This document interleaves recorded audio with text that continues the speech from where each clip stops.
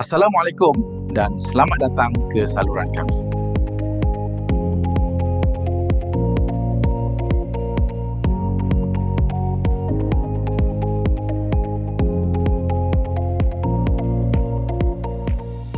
Cuba anda fikir sekejap, setiap hari berapa banyak kemahiran yang kita guna tanpa kita sedar pun. Daripada gosok gigi, memandu kereta, sampailah ke sekecil-kecil hal macam guna tertikus komputer. Nampak macam biasa je kan? Tapi, pernah tak kita berhenti dan tanya, macam mana sebenarnya kita belajar semua benda ni? Apa rahsia di sebalik proses yang menukarkan seseorang yang tak tahu apa-apa menjadi mahir? Okey, dalam perkongsian kali ni, jom kita bedah siasat topik ni sama-sama. Mula-mula kita akan jawab soalan paling asas, apa tu kemahiran? Lepas tu kita akan lihat macam mana proses mengajar dan belajar tu berlaku, apa blueprint di sebaliknya dan ini yang paling best, macam mana kita boleh ambil alih kawalan dan jadi bos untuk pembelajaran diri sendiri. Baiklah, jom kita mula dengan yang paling asas sekali. Bila kita sebut perkataan kemahiran, apa sebenarnya benda tu? Senang cerita, kemahiran ni, dia macam kuasa super kita lah. Kebolehan untuk buat sesuatu kerja dengan cekap. Dan menariknya, ini bukan pandangan kita kat Malaysia je tau. Organisasi buruh antarabangsa pun cakap benda yang sama, iaitu kebolehan untuk siapkan tugasan dan ikut standard yang ditetapkan. Tapi sekejap. Jadi kemahiran ni bukan satu benda je lah. Tepat sekali. Sebenarnya, ia gabungan 3 elemen penting. Ada kemahiran motor, iaitu pergerakan badan. Ada kemahiran persepsi, apa yang deria kita tangkap, apa yang kita nampak, dengar, dan ada kemahiran kognitif, iaitu cara otak kita berfikir. Nah, bila ketiga-tiga ni bergabung, itulah yang kita panggil kemahiran psikomotor. Contoh paling senang, memandu kereta. Tangan pegang steering, mata pandang jalan, otak proses maklumat, semua berlaku serentak. Okey, jadi sekarang kita dah faham apa itu kemahiran. Persoalan seterusnya, macam mana kemahiran ni berpindah daripada seorang guru kepada seorang pelajar? Jom kita masuk ke dalam proses pengajaran dan pembelajaran atau PNP. Betul, dalam proses ni ada satu figura yang sangat-sangat penting, iaitu guru.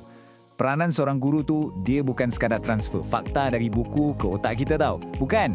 Mereka ni pembimbing yang membentuk adab kita dan pada masa yang sama, jadi macam jurulatih yang pastikan kita bukan setakat tahu, tapi betul-betul mahir buat sesuatu tu. Dan saya suka sangat cara Profesor Hassan Langgulong huraikan benda ni. Beliau kata proses mengajar tu tujuannya bukan sekadar nak bagi maklumat. Tak, matlamat akhir dia adalah untuk bawa perubahan. Perubahan pada apa? Pada tingkah laku, pada disiplin pelajar itu sendiri. Dalam erti kata lain, untuk menjadikan kita individu yang lebih baik. Dan kata-kata ni, saya rasa ia merumuskan peranan guru tu dengan sangat indah. Ilmu tu memang boleh tumbuh dalam jiwa sesiapa yang bersedia. Tapi ia hanya akan betul-betul berakar umbi kalau ia disemai dalam hati yang dibimbing oleh guru yang tekun, sabar dan penuh hikmah. Okey, sekarang jom kita jadi penyiasat sekejap. Kita cuba intai dapur para pengajar. Apa sebenarnya resipi rahsia atau rangka kerja yang mereka guna untuk pastikan satu sesi pembelajaran tu betul-betul berkesan? Senang je nak faham. Bayangkan kita tengah rancang satu percutian. Ada 3 peringkat. Peringkat pertama, pendekatan. Ini macam kita pilih destinasi, gambaran besar dia. Lepas tu ada kaedah. Ini pula cara kita nak sampai ke destinasi tu. Nak naik kereta ke, kapal terbang ke. Dan akhir sekali, teknik. Ini adalah aktiviti-aktiviti spesifik yang kita buat masa bercuti tu. Jadi, pendekatan ni ialah strategi besar kita. Macam kita tengok peta lah. Kita nak mula dengan gambaran keseluruhan dunia dulu, baru zoom in ke negara kita. Ataupun kita nak terus explore jalan-jalan kat kawasan perumahan kita dulu, baru tengok peta dunia. Itulah pilihan strategik yang paling awal. Lepas dah ada pendekatan, barulah datang kaedah. Kaedah ni pula macam itinerary percutian kita.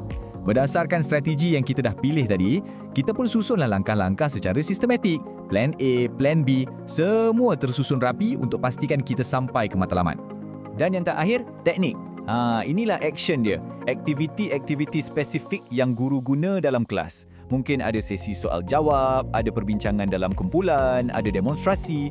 Inilah alat-alat yang digunakan untuk menjadikan proses tu lebih hidup dan berkesan. Baiklah, daripada semua tu, jom kita fokus kepada 2 pendekatan utama yang sangat popular. Boleh kata, 2 lebuh raya yang berbeza untuk menuju ke destinasi ilmu, iaitu pendekatan didaktif dan induktif. Okey, tengok jadual ni. Memang nampak jelas beza dia. Pendekatan didaktif ni, dia macam top down. Guru bagi formula atau teori dulu, lepas tu baru tunjuk contoh. Macam kelas matematik lah kan? Sebaliknya, induktif ni bottom up. Kita diberi banyak contoh, lepas tu kita sendiri yang kena siasat dan cuba simpulkan apa formula atau teori di sebaliknya. Jadi, peranan kita sebagai pelajar pun berubah. Dalam diduktif, kita lebih kepada penerima. Dalam induktif, kita jadi macam detektif. Cuba fikir, anda lebih suka yang mana satu? Jadi, bila kita dah faham semua rahsia di sebalik macam mana proses mengajar ni berfungsi, kita sebenarnya dapat satu kuasa yang hebat. Kuasa untuk ambil alih, untuk jadi kapten bagi kapal pembelajaran kita sendiri. Dan inilah yang dinamakan pembelajaran terarah kendiri. Apa maksud dia? Maksudnya mudah. Anda yang pegang steering. Anda sendiri yang tentukan apa yang anda nak belajar, macam mana anda nak belajar dan bila anda nak belajar. Anda yang cipta peta dan jadual perjalanan ilmu anda. Dan ada banyak cara untuk buat benda ni. Anda boleh buat penilaian ke diri, kaji kes-kes yang dah berlaku atau cara paling best, terus cuba selesaikan masalah sebenar. Macam troubleshooting. Betul-betul turun padang dan jadi seorang detektif ilmu. Dan salah satu alat bantuan yang paling berguna dalam perjalanan ni ialah ujian diagnostik.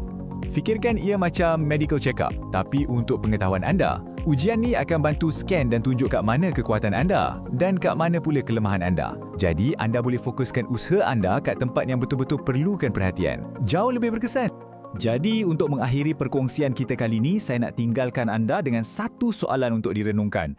Cuba imbas kembali pengalaman belajar anda selama ni. Anda ni orang yang macam mana? Adakah anda lebih suka diberi peraturan dulu baru contoh, iaitu diduktif, ataupun anda lebih suka meneroka contoh-contoh dulu untuk cari jawapan sendiri, iaitu induktif? Sebab bila anda dah kenal gaya pembelajaran anda sendiri, itulah kunci pertama untuk anda buka potensi sebenar diri anda sebagai seorang pelajar sepanjang hayat.